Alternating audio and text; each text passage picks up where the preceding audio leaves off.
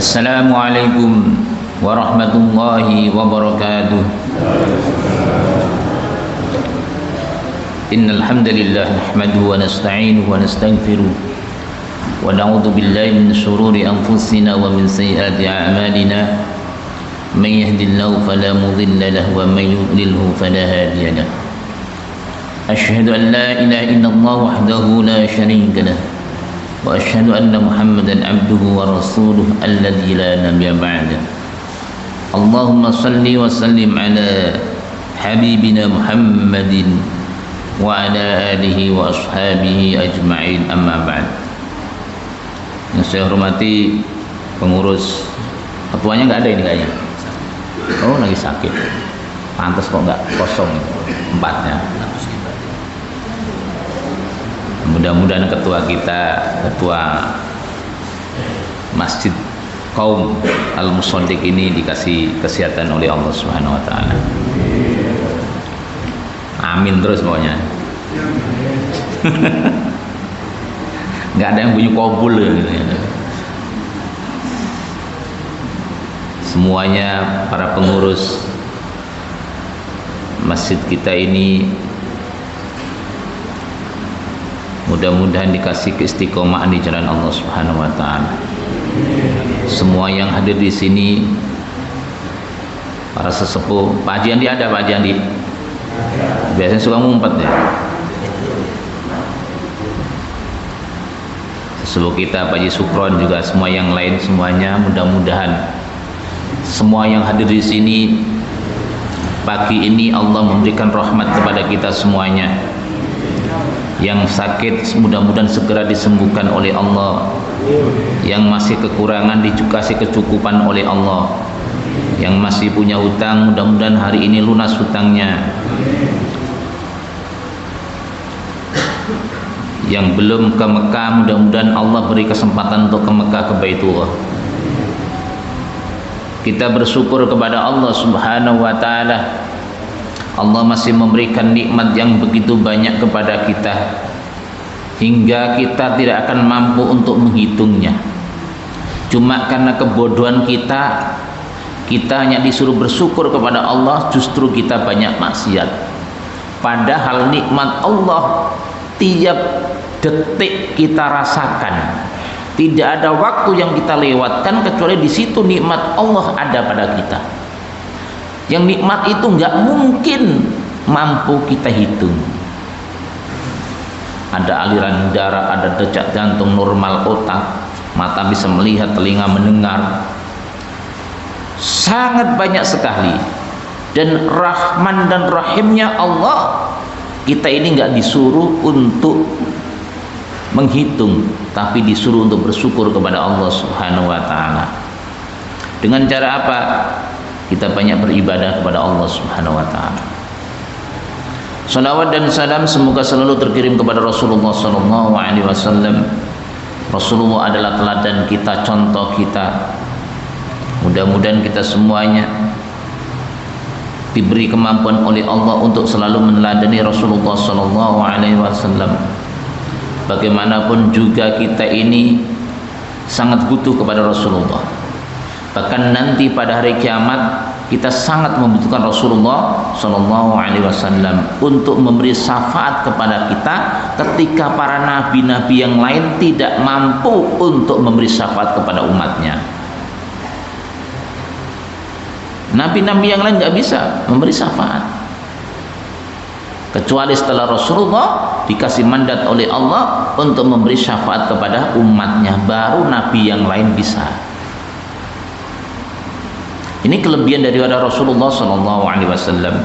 Mudah-mudahan kita selalu mendapatkan syafaat Rasulullah nanti dan bertemu sama Rasulullah di surganya Allah Subhanahu wa taala. Baik, kita lanjutkan kajian kita masih surat An-Nazi'at. Masuk pada ayat 34 dan seterusnya.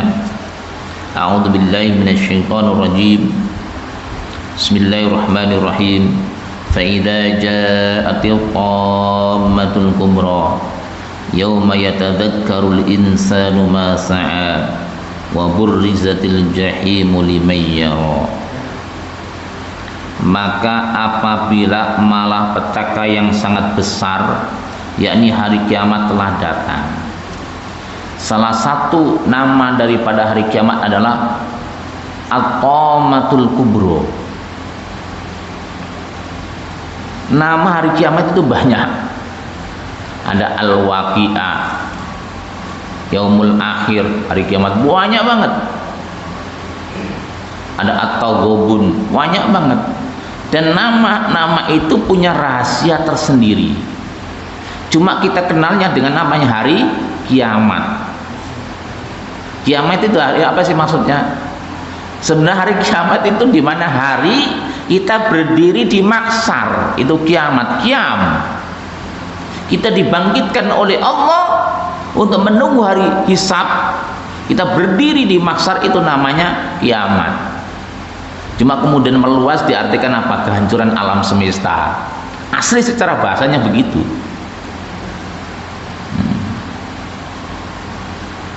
Kalau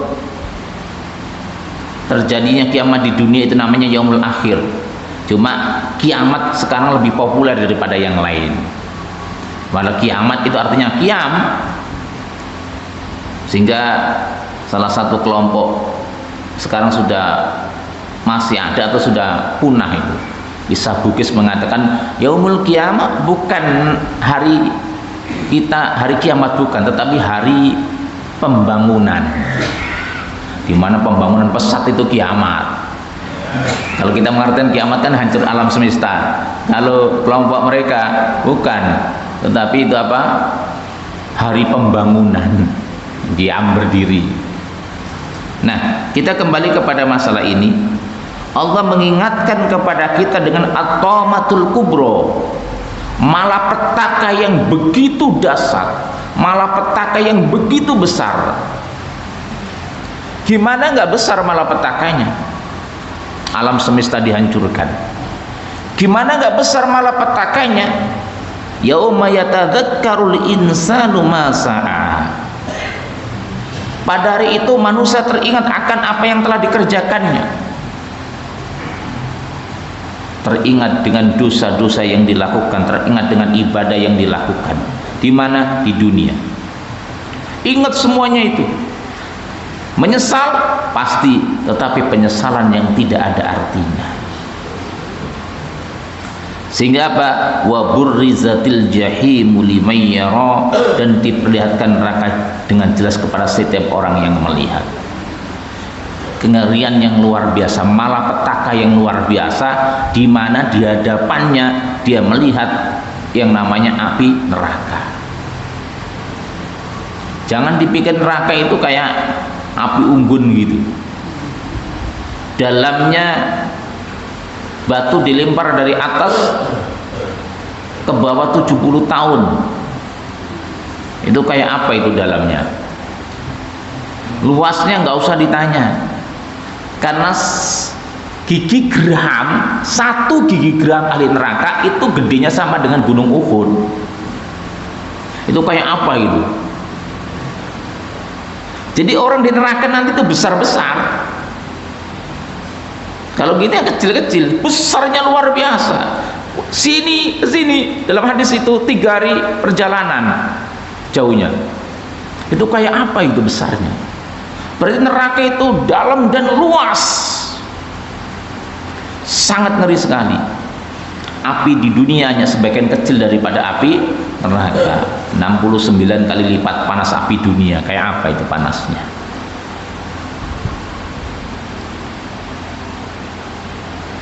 Diperlihatkan neraka yang begitu menyala-nyala, ngerihnya luar biasa, malapetaka besar, Tamatul Kubro, di mana orang bingung dengan urusan masing-masing. Ketika dibangkitkan dia nggak pakai pakaian, tidak pakai sandal, tidak bersunat, cuek dengan orang sekitar, nggak ada yang peduli dengan orang sekitar. Semuanya sibuk dengan pikiran masing-masing, di mana selamat apa enggak, pikirannya seperti itu. Maka Allah memberikan kriteria manusia di sini.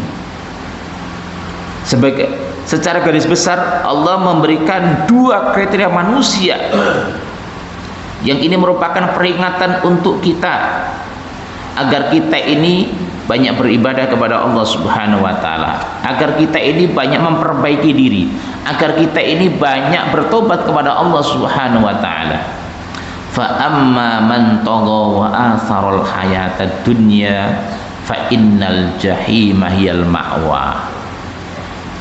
Maka adapun orang-orang yang togo, ini bahasanya togo, melampaui batas. Di ayat sebelumnya, idhab ila fir'auna innahu togo, melampaui batas. Fir'aun itu togo, melampaui batas syariat, ngaku jadi Tuhan. Orang-orang yang melampaui batas syariat itu togo. Kalau bahasa kitanya apa? Togut. Togut. Siapapun dia yang melampaui batas syariat itu namanya togut. Togo, Fir'aun togo. Orang yang togo melampaui batas syariat. Kan syariat ada batasannya tuh. Dalam sholat subuh berapa rakaat? 2. Kita tambah 2 rakaat lagi jadi 4. Itu namanya togut, togo, melampaui batas. Nunjuk jari berapa? Kalau tahiyat 1. Kita 4 begini. Togo, togut, melampaui batas syariat itu.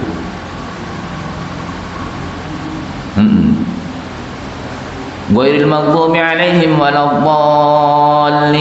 Apa jawabannya? Amin. Diganti qabul. Togo. Melampaui batas. Ya, makanya syariat itu kan ada batasannya. Nah, orang yang melampaui batas, ya ini menerjang aturan syariat, keluar dari aturan syariat. Wa atharul hayatad dunya, dan dia memilih kesenangan dunia. Fa innal jahima hiyal ma'wa, maka neraka jahimlah tempatnya. Dunia ini memang luar biasa, menggoda, sehingga banyak orang terlena dengan kehidupan dunia ini. Islam tidak melarang orang jadi kaya. Islam tidak melarang orang punya harta yang melimpah. Tapi Islam melarang kita terlalu cinta kepada dunia sehingga lupa akhirat. Dan sebagian manusia, bahkan kebanyakan manusia, kalau urusan dunia ini mengesampingkan akhirat. Masalah halal dan haram belakangan, yang penting dapat. Jabatan curang dan tidak curang itu belakangan, yang penting dapat jabatan. Lebih memilih kepentingan dunia. Maka kata Rasulullah, fattakud dunya mattakun nisa. Hati-hati dengan dunia, hati-hati dengan wanita.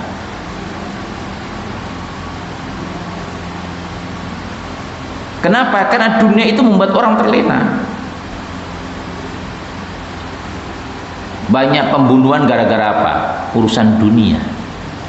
Urusan hal parkir, berantem, pembunuhan terjadi. Urusan warisan, pembunuhan terjadi. Kerakusan manusia dengan dunia menimbulkan malapetaka. Nah, orang yang melampaui batas dan lebih cinta kepada dunia, lupa kepada akhirat, fa innal jahima hiyal ma'wa, neraka jahim adalah tempatnya. Biasanya orang yang sudah cinta kepada dunia ini lupa ibadah. Jadi antara cinta dunia yang berlebihan dengan ibadah itu nggak akan nyambung, nggak akan nyampur. Ketika dia cinta kepada ibadah, pasti nggak begitu cinta kepada dunia. Begitu cinta dunia berlebihan, maka dia akan malas beribadah, bahkan meninggalkan ibadah. gampang kok dilihat tuh. Maghrib aja, maghrib ketika azan berkumandang, apa ya warung-warung itu tutup? Ya enggak toh. Yang penjual makanan, penjual pecel lele ya enggak tutup juga. Waktu isya sama. Kita lihat aja masyarakat kita, apa warung-warung ya tutup? Kagak. Sholat kan bisa entar, ya entar. Tapi buktinya dipanggil oleh Allah nggak tutup mereka. Lebih cinta kepada dunia. Padahal Allah memanggil dengan panggilan melalui manusia, hayyal shalah hayyal falah. Tapi ternyata tidak mau. Wa atharul hayatad dunya, lebih memilih kesenangan dunia. Padahal bagaimanapun dunia nikmatnya suatu saat akan kita tinggalkan. Bagaimanapun melimpahnya dunia kita, harta kita, suatu saat akan kita tinggalkan. Bagaimanapun tingginya jabatan kita, suatu saat nanti hanya tinggal kenangan. Wa atharul hayatad dunya, lebih memilih kepentingan dunia. Makanya salah satu penyakit yang menyebabkan umat Islam tidak akan pernah menang melawan musuh apa? Penyakit wahan. Ya Rasulullah, wa mal wahnu? Qala hubbud dunya wa karahiyatul maut. Hubbud dunya wa karahiyatul kitab.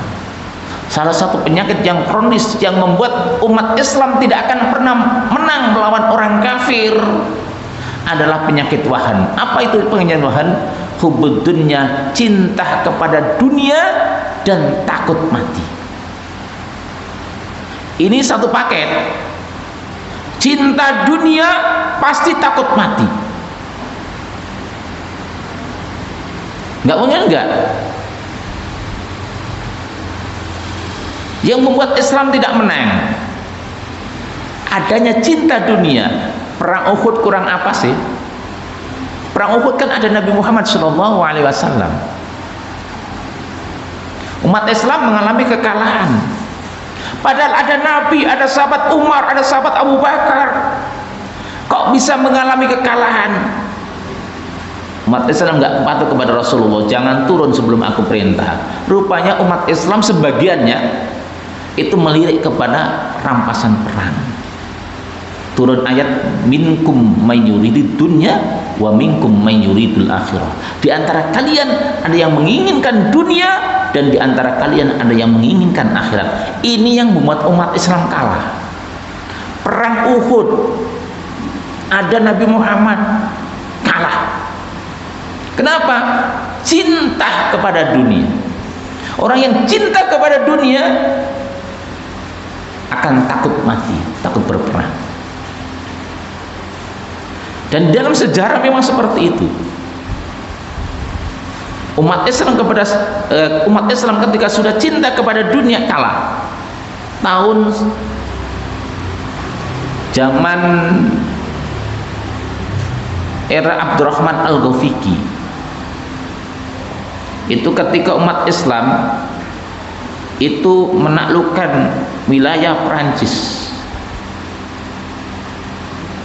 menang terus umat Islam. Tapi apa yang terjadi? Karena harta rampasan banyak, akhirnya timbul cinta dunia yang berlebihan. Hatinya diliputi dengan cinta kepada dunia, kagum dengan rampasan yang mereka miliki. Apa yang terjadi? Akhirnya musuh tahu kelemahan umat Islam. Yang diserang bukan umat Islamnya, yang dihancurkan adalah harta benda umat Islam. Waktu itu umat Islam akhirnya apa? Mengejar pasukan yang menghancurkan hartanya. Kata Abdurrahman Al-Ghafiqi, jangan kejar. Tetap pasukannya tidak menghiraukan. Sebagian mengejar, akhirnya barisannya ada yang kosong. Umat Islam kalah. Bahkan panglimanya Abdurrahman Al-Ghafiqi, seorang tabiin yang mulia, gugur pada waktu itu sebagai syahid. Kenapa? Kenapa? Cinta dunia. adanya cinta dunia nggak menang. Nggak main-main cinta dunia itu. Sehingga kenapa sih, mohon maaf, umat Islam kok belum mengirimkan pasukan ke Palestina yang banyak? Jadi karena cinta dunia, takut mati.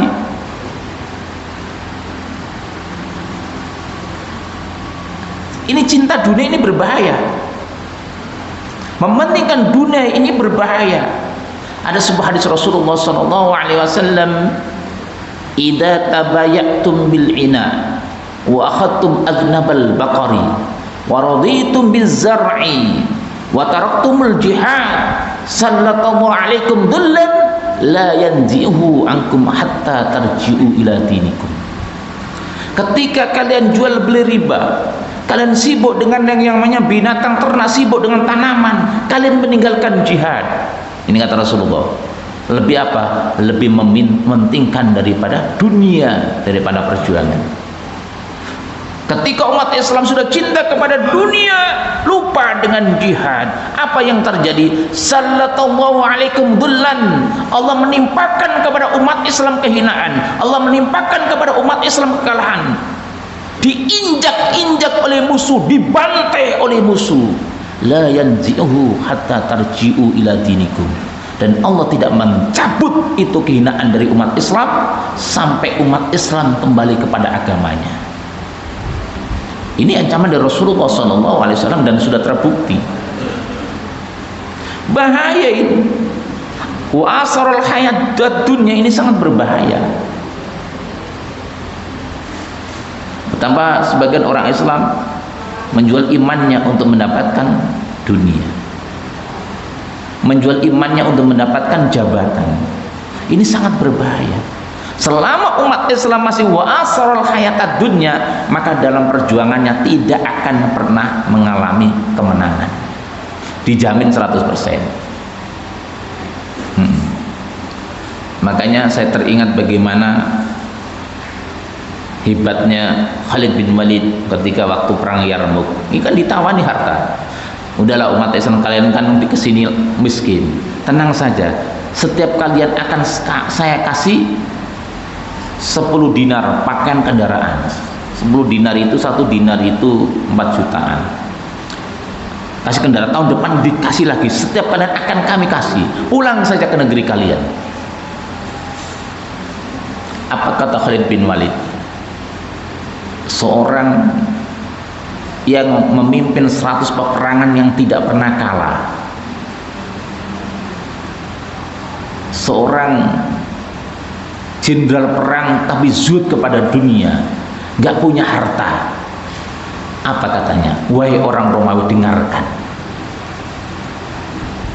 saya datang kepada kalian bukan seperti yang kalian maksud. Wa anna qaumun nasrabud dam. Kami adalah kaum peminum darah. Wa anna balagona. Dan sesungguhnya telah datang kepada kami, tidak ada darah yang lebih lezat daripada darah orang Romawi. Maka oleh karena itu saya datang kepada kalian untuk meminum darah kalian. Orang Romawi takut gemetar. Dan akhirnya apa? Perang Yarmuk dimenangkan oleh umat Islam. Setelah itu apa terjadi? Baitul Maqdis ditaklukkan oleh pemimpin yang namanya Abu Ubaidah.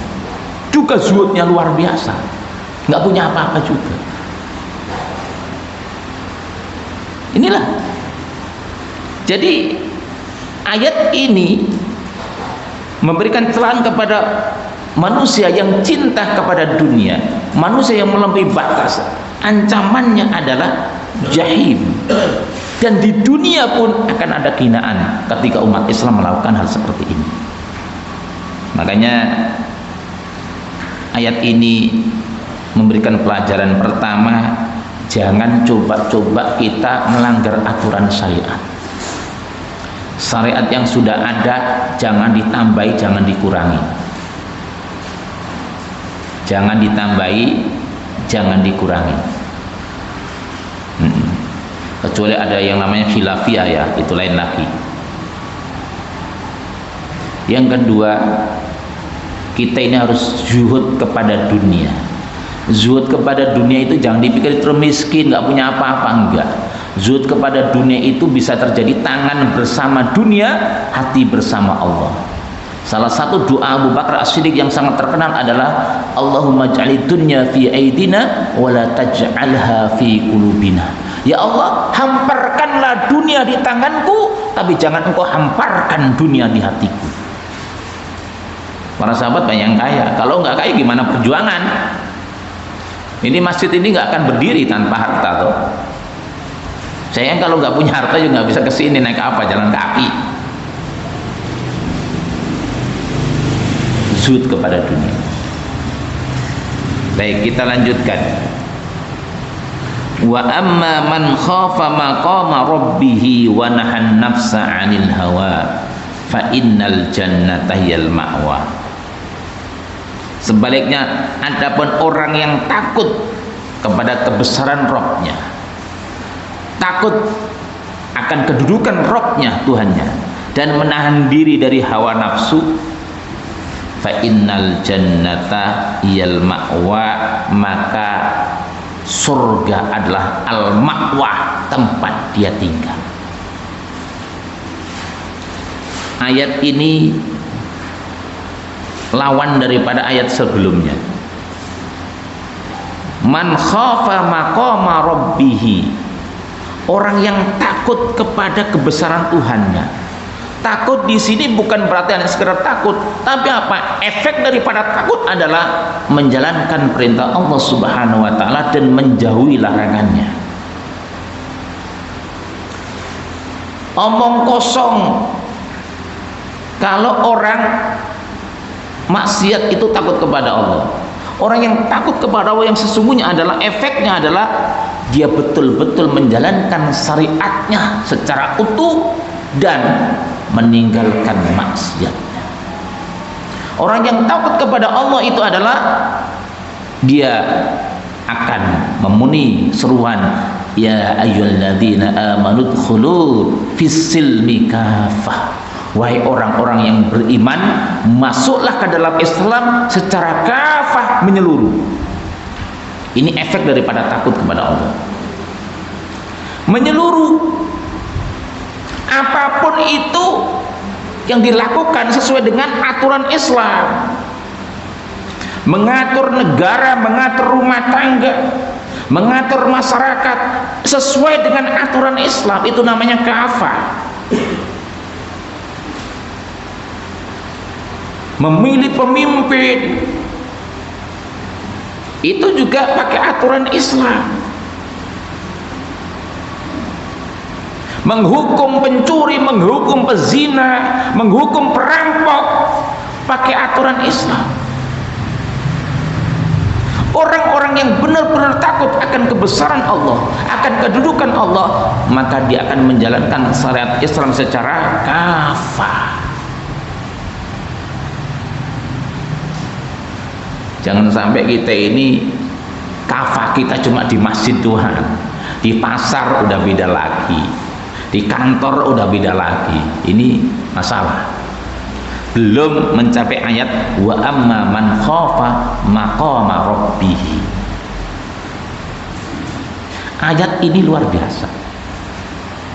Agar kita ini betul-betul takut kepada Allah, yang efeknya adalah kita menjalankan syariat Islam secara penuh, nggak setengah-setengah, karena ada seruannya. Cuma kadang-kadang kita ini ya bukan kadang-kadang, saya itu sendiri sering melanggar. Wong kita makan aja nggak pakai aturan Islam kok.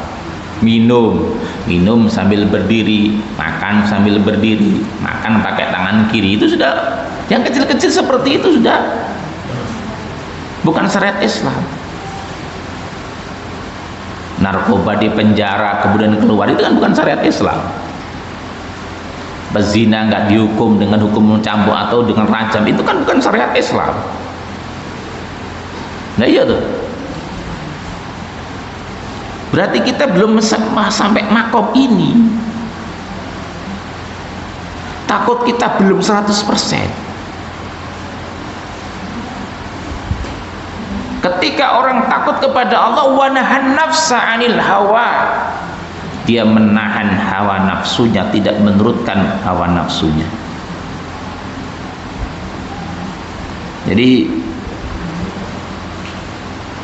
nafsu memang luar biasa. Tapi nafsu ini jangan dihilangkan. Para ulama membahas nafsu itu ada pertama nafsu zakiyah, nafsu yang masih bersih. Itu apa? Bayi, anak-anak kecil. Ada nafsu lawwama. Nafsu lawwama itu nafsu yang belum stabil, kadang ngalor kadang ngidul. Hari ini taat, besok maksiat. Pagi ini taat, di masjid ini taat, keluar dari masjid maksiat. Ini lawwama. Lawwama kalau istiqomah dalam kebaikan namanya nafsul mutmainnah. Inilah yang disebut oleh Allah dengan seruan ya ayyatuhan nafsul mutmainnah irji'i ila rabbiki radiyatan mardiyah fadkhuli fi ibadi wadkhuli jannati. Nafsu mutmainnah inilah yang ketika kita meninggal dipanggil dengan sebutan ya ayyatuhan nafsul mutmainnah. Wahai jiwa yang tenang, tenang dengan taat kepada Allah Subhanahu wa taala. Lawama kalau lempeng jadinya mutmainnah. Tapi kalau lawama bengkok jadi amaro bisu, nafsu yang selalu memerintahkan kepada keburukan. Dan amaro bisu ini berbahaya banget. Kenapa? Berbahaya karena ini adalah kunci setan menggoda kita. Bahkan ketika amaro bisu itu ada, susah untuk dihilangkan. Kalau godaan setan hilang dengan bacaan ayat Quran, dengan ta'awudz hilang. Tapi kalau sudah amaro bisu itu nggak bisa, nggak bisa. Maka Imam Al-Ghazali memberikan cara bagaimana mengendalikan nafsu seperti itu, amaro bisu. Kan nggak bisa dengan bacaan. Ketika kita pengen maksiat, kita baca Quran itu reda, itu setan namanya. Tetapi ketika kita pengen maksiat nggak hilang dengan bacaan Quran, namanya amaro bisu. Caranya bagaimana? Kata Imam Ghazali, untuk mengalahkan amaro bisu itu harus punya strategi teknik. Pertama, nafsu itu dianggap sebagai kuda binal. Kuda binal supaya dia itu nggak kemana-mana, maka jangan dikasih makan dan dikasih beban yang berat. Selesai masalah. Nafsu kita pun sama. Bagaimana kita jangan diturutkan dan kita kasih beban ibadah. Keinginan jangan diturutin, beban ibadah diperberat. Itu akan hilang dengan sendirinya. Itu namanya amaro bisu. Ini sangat berbahaya. Wanahan nafsa 'anil hawa. Orang yang takut kepada Rabbnya dan dia bisa menahan hawa nafsunya, fa innal jannata hiyal ma'wa, maka sesungguhnya surga itu adalah tempatnya. Surga tempat kembalinya. Surga adalah tempat tinggalnya. Cuma kadang-kadang sebagian orang tidak bisa menahan hawa nafsu, tidak bisa mengendalikan hawa nafsu, tidak bisa mensucikan hawa nafsunya, sehingga apa? Nafsunya kemana-mana jadi amaro bisu. Kalau kita bisa mengendalikan nafsu, maka masuk dalam ayat qad aflaha man zakkaha. Benar-benar beruntung orang-orang yang bisa mentazkiyah hawa nafsunya, membersihkan hawa nafsunya dari kotor-kotoran. Qad aflaha man zakkaha. Tapi orang yang tidak bisa mengendalikan hawa nafsunya, wa qad khaba man dassaha. Benar-benar rugi orang-orang yang tidak bisa membersihkan hawa nafsunya. Nafsu itu perlu, tetapi jangan sampai terlena. Karena kalau kita nggak punya nafsu gimana? Nggak ada pembangunan, nggak ada teknologi, nggak ada. Makhluk yang nggak punya nafsu ya malaikat. Kalau bumi dihuni oleh malaikat, maka nggak ada jalan. Ya nggak rame bumi. Justru ramainya bumi karena ada nafsu. Tetapi kita ini disuruh untuk tazkiyatun nufus, mensucikan nafsu kita, bukan menghilangkan, karena nggak bisa hilang. Mensucikan sehingga menjadi nafsu mutmainnah, bukan menjadi nafsu amarah bisu. Seperti itu bisa dipahami di sini ya. Nah, kita lanjutkan. Yas'alunaka 'anis sa'ati ayyana mursaha. Orang-orang kafir bertanya kepadamu Muhammad tentang hari berbangkit, kapankah terjadinya? Fima anta min dzikraha ila rabbika muntaha. Siapakah kamu sehingga dapat menyebutkan waktunya? Kepada Rabbmu lah dikembalikan kesudahannya tentang waktunya. Hari kiamat itu rahasia. Sampai malaikat Jibril itu nggak tahu, Rasulullah pun nggak tahu. Yang tahu cuma Allah Subhanahu wa taala. Malaikat Israfil pun nggak tahu kapan itu nanti dia meniup trompetnya. Yang tahu cuma Allah Subhanahu wa taala. Jangankan kita, malaikat, Rasulullah juga nggak tahu. Makanya kadang pernah terjadi ada lamaran hari kiamat kan tahun 2012. Banyak itu ramalan hari kiamat. Nggak bisa diramalkan, nggak tahu. Cuma harinya dijelaskan oleh Rasulullah. Terjadi hari kiamat di hari Jumat. Cuma Jumatnya kapan? Cuma tanda-tandanya dikasih tahu oleh Rasulullah. Tanda-tandanya banyak sekarang sudah terjadi. Sudah banyak tanda-tanda hari kiamat. Tetapi belum masuk tanda-tanda yang kubro. Tanda-tanda kubro itu apa? Munculnya Dajjal, Ya'juj dan Ma'juj, munculnya Nabi Isa, batu meteor berjatuhan di mana-mana, longsor besar di mana-mana, manusia diubah jadi binatang. Itu tanda-tanda besar hari kiamat. Kalau sekarang itu masuk tanda-tanda kecil.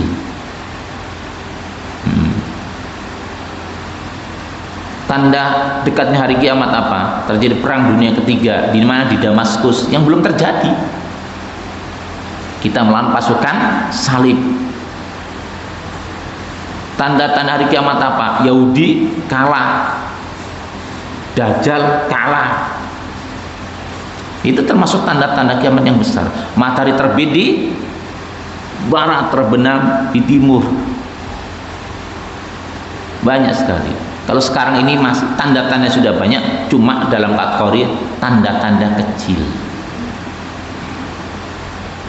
Harinya dijelaskan hari Jumat, tanda-tandanya dijelaskan, cuma kapan itu adalah rahasia Allah Subhanahu wa taala. Kita nggak tahu. Rasulullah pun nggak tahu, malaikat Jibril pun nggak tahu kapan terjadi hari kiamat. Makanya seorang Badui ketika mendengar Rasulullah bicara tentang hari kiamat, itu protes sama Rasulullah. Ya Rasulullah, dari tadi kau ngomong hari kiamat mulu, mata saat kapan sih hari kiamat terjadi? Rasulullah nggak begitu hero. Kemudian ditanya, kata Rasulullah, apa yang kau siapkan? Saya nggak punya ibadah yang banyak, cuma saya cinta kepada Allah dan Rasulnya.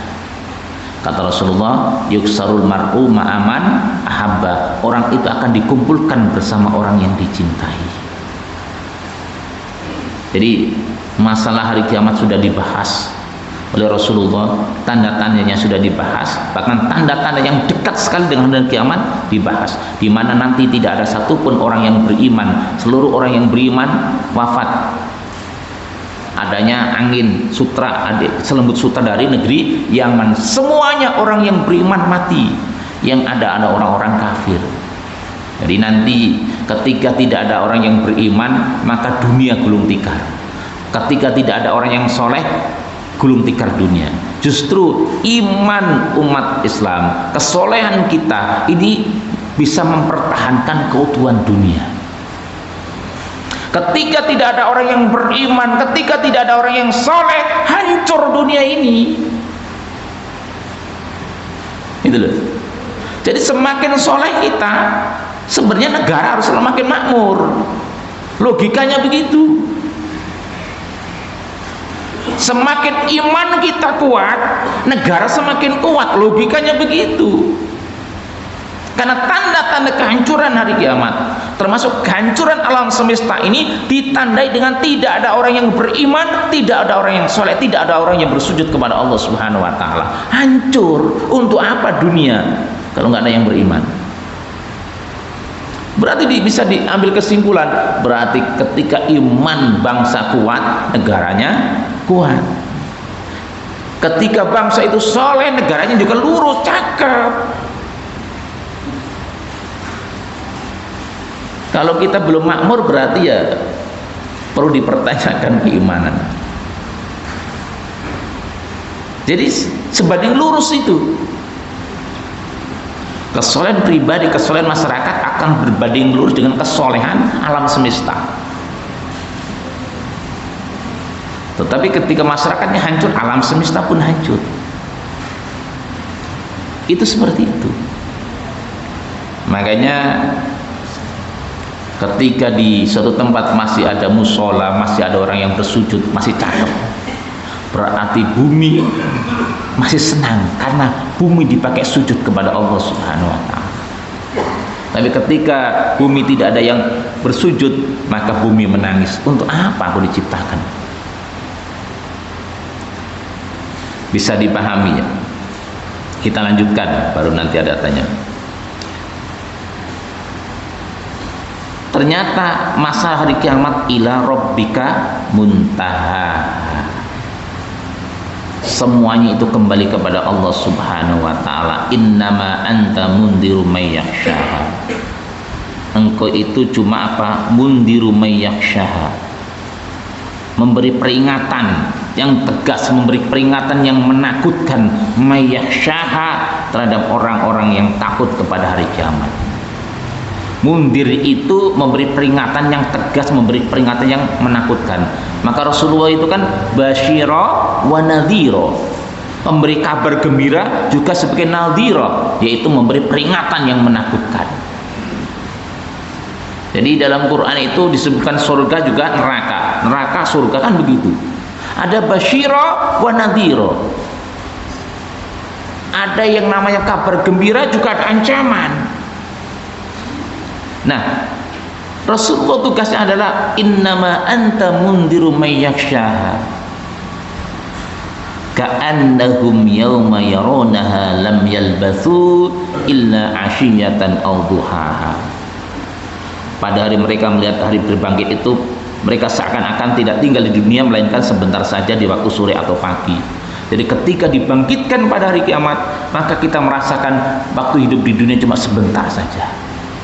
Kenapa? Kita akan hidup yang berkepanjangan, yang tidak ada putusnya, yang selalu abadi, terus menerus hidup. Di mana? Di hari kiamat nanti. Ya, mudah-mudahan kita semuanya Allah catat sebagai ahli surganya Allah Subhanahu wa Ta'ala.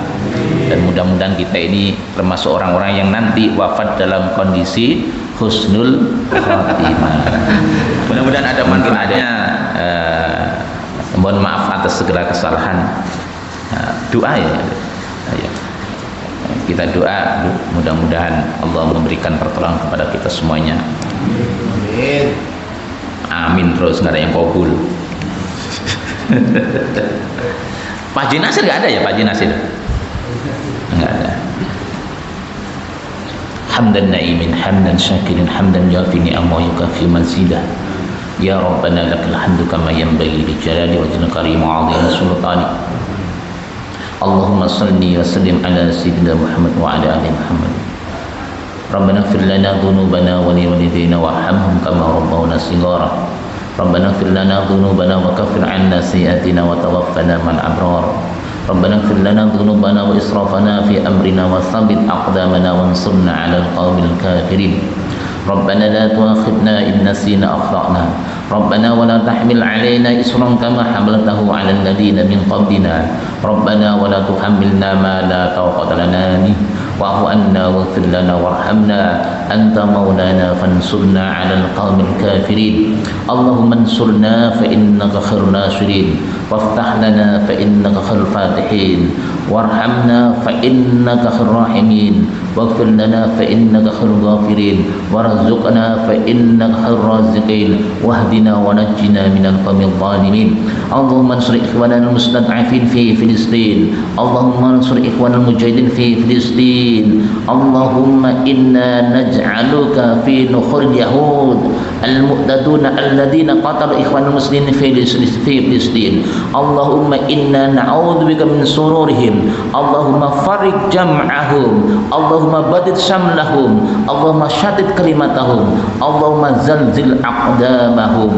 اللهم يا منزل الكتاب ويا سر الحساب ويا مجرى السحاب ويا هازم الأحزاب اهزمهم وانصرنا عليهم يا عزيز يا غفار يا جبار يا معين يا ستار انصرنا نصرا عزيزا وافتح لنا فتحا مبينا واخذل أعداءنا خذلانا كبيرا برحمتك يا أرحم الراحمين اللهم إنا نسألك حسن الخاتمة ونعوذ بك من سوء الخاتمة ربنا هب لنا من أزواجنا وذرياتنا قرة أعين واجعلنا للمتقين إماما ربنا آتنا في الدنيا حسنة وفي الآخرة حسنة وقنا عذاب النار وصلى الله على سيدنا محمد وعلى آله وصحبه وسلم والحمد لله رب العالمين.